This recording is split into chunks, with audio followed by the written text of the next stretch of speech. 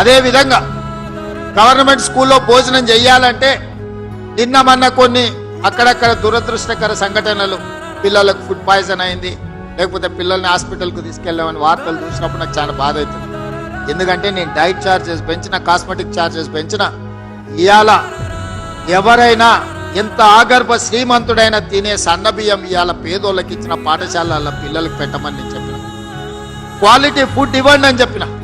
ప్రతి స్కూల్కు ఒక ప్రభుత్వ అధికారికి బాధ్యత ఇచ్చిన. ఇప్పుడు నేను మా టీచర్లను విజ్ఞప్తి చేస్తున్నా, మీరు కూడా వాళ్ళతో భోజనం చేయండి. వీళ్ళు ఉన్నప్పుడు నేను కూడా వచ్చి వాళ్ళతో భోజనం చేస్తాను.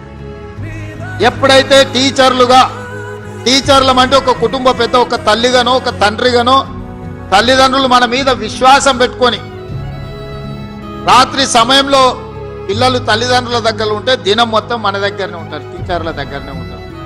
50% పేద పిల్లల బాధ్యత